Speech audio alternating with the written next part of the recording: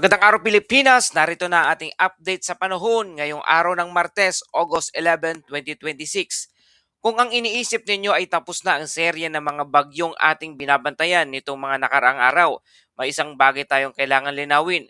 Wala man tayong direktang bagyong nakapasok sa ating Philippine Area of Responsibility sa kasalukuyang sitwasyon, hindi ibig sabihin na ligtas tayo sa malalakas na ulan at pagbaha. At ito ang pinakaimportanteng mensahe natin ngayong araw. Habagat ang may dala ng pangunahing banta sa malaking bahagi ng Luzon at Western Visayas. At hindi ordinaryong pag-ulan lamang ang pinag-uusapan natin. Sa ilang lugar, maaring umabot sa 100 hanggang 200 millimeters ang rainfall ngayong araw, partikular sa Zambales, Bataan at Occidental Mindoro. Mas tumaas ang posibilidad ng flash flood, landslide at biglaang pag-apaw ng mga ilog at sapa.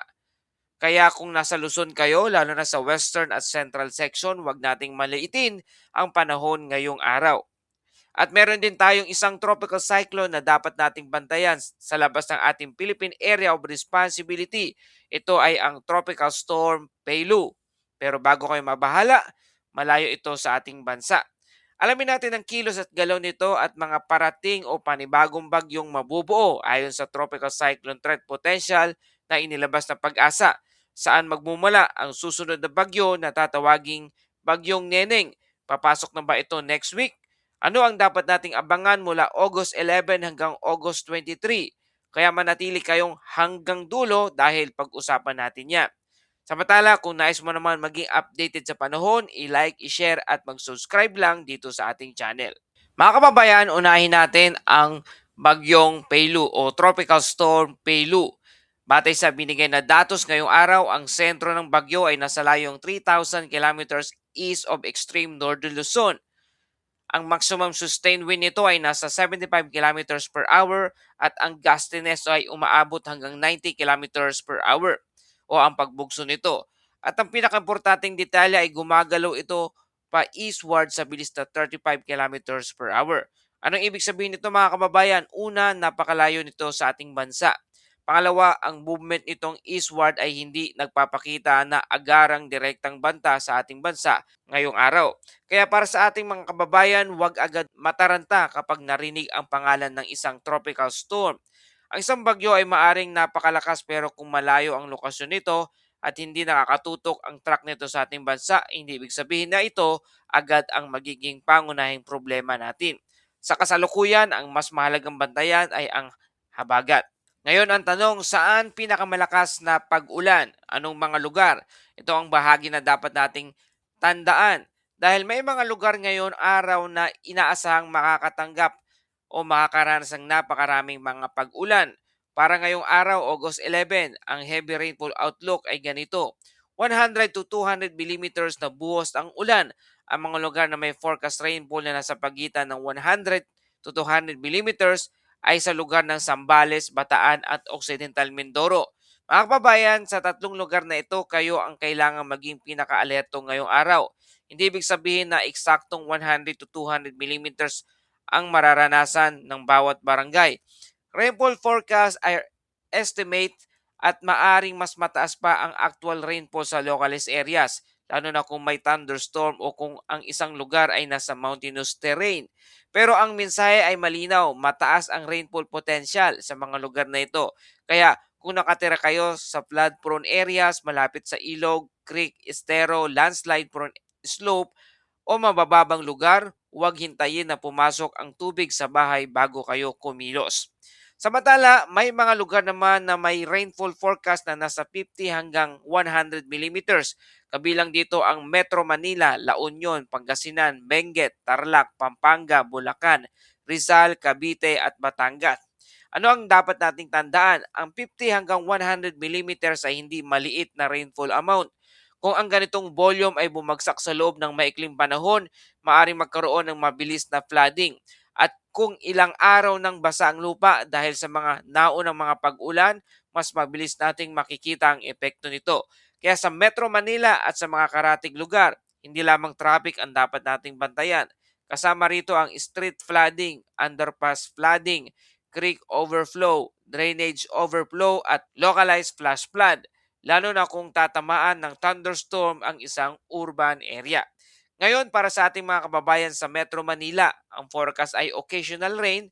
Ang pangunahing dahilan ay ang southwest monsoon at ang potential impact nito ay possible flash flood at landslide due to moderate to heavy rain. Sa madaling salita mga kababayan, hindi naman kinakailangan buong araw ay tuloy-tuloy ang malalakas na pag-ulan sa Metro Manila. Maaring ganito ang pattern, maalinsangan, makulimlim at bigla ang uulan. Lalakas ang buhos, titigil ng kaunti at muling uulan. Ito ang klaseng pattern na kailangang bantayan dahil minsan kahit may pagitan o pag-ulan, maaring sapat na ang accumulated rainfall para magdulot ng mga pagbaha. Kaya kung lalabas ngayong araw, magdala lang payong, pero higit sa payong ay magdala ng oras at pasensya dahil posibleng bumagal ang biyahe dahil sa basang kalsada, poor visibility at localized flooding. Para naman sa western side ng Luzon, mas ramdam natin ang habagat, kabilang dito ang La Union, Pangasinan, Zambales, Bataan, Ilocos Region at mga bahagi ng Cordillera. Sa mga lugar na ito, maaaring magkaroon ng scattered rain at thunderstorm o occasional rain depende sa lokasyon. At kapag may thunderstorm, huwag isipin na pare-pareho ang ulan sa buong probinsya. Maaaring isa-isang bayan ay mahina lamang pero ilang kilometro ang layo, malakas na thunderstorm na pala. Ito ang dahilan kung bakit mahalaga ang localized monitoring. Ngayon naman para sa lugar ng Benguet at Cordillera, special attention din tayo dito sa Benguet at iba pang mountainous areas. Bakit? Dahil sinabi mismo sa rainfall outlook na maaring mas mataas ang rainfall sa mountainous at elevated areas. At kapag mataas ang rainfall sa kabundukan, hindi lamang pagbaha sa mismong bundok ang concern. May posibilidad din ng landslide lalo na sa mga lugar na matarik ang terrain kung nakatira kayo malapit sa slope o sa ilalim ng matarik na bahagi ng bundok, bantayan ang mga sinyalis gaya ng pagguho ng lupa, paglitaw ng bagong bitak sa lupa, pagbabago ng daloy ng tubig o biglaang pag-agos ng putik at bato. At kapag may evacuation order, huwag nang hintayin lumala ang sitwasyon. Para naman sa Central Luzon, kabilang ang rainfall potential na 50 hanggang 100 millimeters ng buhos ng ulan, partikular dito sa Tarlac, Pampanga at Bulacan. At kapag pinagsama natin ang ulan mula sa upstream areas at ang drainage limitation sa mabababang lugar, maaaring magkaroon ng localized flooding. Kaya sa mga agriculture communities, bantayan din ang mga palayan at mabababang bahagi. At sa urban areas, bantayan ang drainage system. Para sa Cavite, Batangas, kabilang din ang mga ito sa may forecast na rainfall na 50 hanggang 100 millimeters ngayong araw. Ang concern dito ay hindi lamang ulan. May mga lugar na maaaring magkaroon ng flash flooding at landslide threat, lalo na sa mga elevated areas at lugar na malapit sa slopes. At dahil bahagi rin ng Calabarzon ang mga lugar na ito, kailangang bantayan ang possibility ng thunderstorm na maaring magbigay ng biglaang malalakas na pagbuhos ng ulan. At sa pinakamahalagang lugar na dapat nating tutukan ngayon ay ang Occidental Mindoro. Bakit? Dahil kasama din ito sa 100 hanggang 200 millimeters na rainfall outlook. Ibig sabihin mga kababayan, isa ito sa mga lugar na may pinakamataas na rainfall potential ngayong araw. Kaya kung nasa Occidental Mindoro kayo, lalo na sa flood-prone communities, seryosohin natin ang mga weather advisories at huwag kalimutang tingnan ang local flood warning at evacuation advisories. Ngayon, maraming viewers ang maaring magtanong, ngayong Martes lang ba ang malakas na pag-ulan? Ang sagot ay hindi pa. Dahil ang rainfall outlook ay nagpapakita na maaari pa rin magkaroon ng significant rainfall hanggang bukas. Mula bukas ng gabi hanggang Huwebes ng gabi, may forecast na 50 hanggang 100 millimeters sa La Union, Benguet, Pangasinan, Zambales, Bataan at Occidental Mindoro. Kaya hindi natin dapat isipin na bukas siguro balik normal na agad. Posibleng may improvement sa ilang lugar. Pero ang habagat ay maaari pa rin magdala ng moisture at ulan. Mula Wednesday evening hanggang Thursday evening, August 13, may 50 hanggang 100 millimeters na rainfall outlook pa rin sa Zambales, Bataan at Occidental Mindoro. Ibig sabihin, tatlong magkakasunod na forecast period ang dapat bantayan. Mula ngayong araw hanggang bukas hanggang Huwebes, at ito ang dahilan kung bakit mahalaga ang tinatawag nating antecedent rainfall. Kapag umulan ng malakas ngayon at umulan ulit bukas, hindi nagsisimula sa zero ang kondisyon ng lupa, nasa saturated condition na ito. Kaya kahit kasing lakas ng ulan ngayong araw hanggang bukas, maari pa rin itong magdulot ng malaking epekto sa inyong lugar. Ngayon ang tanong, may mga bagyo pa bang posibleng mabuo ngayong buwan ng Agosto? Batay sa latest tropical cyclone threat potential forecast na inilabas ng Pag-asa, may posibilidad na magkaroon ng hanggang 3 sama ng panahon o bagyo na maaring mabuo o pumasok sa ating Philippine Area of Responsibility sa loob ng forecast period mula August 10 hanggang August 23. Pero wag muna tayong magpanik dahil ang forecast mismo ay nagsasabing mababa ang tropical cyclone threat potential sa forecast period. At ito ang distinction na kailangang maintindihan natin. Potential does not mean certainty. Kapag may nakitang potential vortex sa weather models, hindi ibig sabihin na siguradong magiging bagyo agad ito. Weather forecasting is about probabilities at habang lumalapit ang panahon, doon tumataas ang confidence.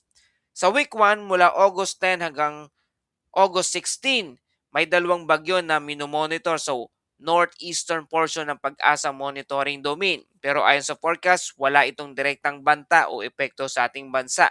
Kaya hindi natin kailangang ituon ang buong atensyon sa dalawang sistemang ito. Ang mas dapat nating bantayan ay ang Potential Tropical Cyclone-like Vortex o TCLB1. Ito ay maaring mabuo malapit sa northeastern boundary ng Philippine Area of Responsibility, pero ang chance nitong maging tropical cyclone sa loob ng week 1 ay mababa.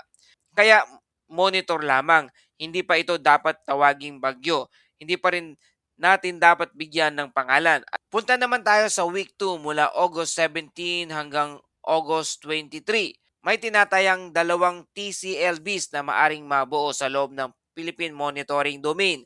Isa rito ay maaring mabuo sa pagitan ng northeastern boundary ng Philippine Area of Responsibility at mayroon ding TCLB3 na posibleng mabuo sa northwestern portion ng Pag-asa Monitoring Domain. Pero muli, mababa ang tropical cyclone threat potential.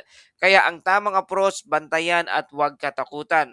Forecast can change, weather models update continuously, at kung magkaroon ng pagbabago sa sirkulasyon ng track at atmospheric condition, maaari ring mabago ang forecast. At dahil maraming nagtatanong kapag may susunod na bagyo, ano ang pangalan? Batay sa ibinigay na listahan, ang 2 susunod na pangalan ng Pag-asa ay ang Bagyong Neneng at ang Bagyong Obet. Pero mahalagang tandaan, hindi nangangahulugang gagamitin agad ang 2 pangalang ito. Magagamit lamang ang mga ito kung may tropical cyclone na papasok o mabubuo sa loob ng criteria at naming responsibility ng Pag-asa. Ngayon ang tanong, ano ang dapat abangan sa mga susunod na 24 oras? Mga kababayan, sa mga susunod na araw, babantayan natin kung lalakas ba o ihina ang habagat. Magpapatuloy pa ba ang mataas na rainfall potential sa Western Luzon? May mabubuong bagyo ba o bagong sirkulasyon sa paligid ng ating Philippine Area of Responsibility? At ano ang magiging development ng mga TCLB? At sa week 2, magkakaroon ba ng pagbabago sa tropical cyclone threat potential? Dahil sa panahon, isang bagay ang sigurado, nagbabago ang atmosphere at ang forecast ngayong araw ay maaring hindi eksaktong pareho bukas. Kaya napakahalaga na lagi kang updated sa panahon. At dako tayo sa ating Bible verse of the day mula sa Psalms 107 verse 29. He maketh the storm a calm so that the waves thereof are still. Mga kababayan, sa gitna ng anumang unos, huwag nating kalimutan na may pag-asa. Mag-ingat tayo, maghanda at manalangin sapagkat higit na mas makapangyarihan ang ating Diyos sa lahat. At yan po ating update sa panahon ngayong araw na ito. Kung nakatulong sa inyo ang balitang ito, please like, share, and subscribe. Salamat sa inyong suporta. Ito ang Pilipinas Weather ngayon na laging nagpapaalala, mag-ianda, magiligtas, mag-alerto, ingat tayong lahat.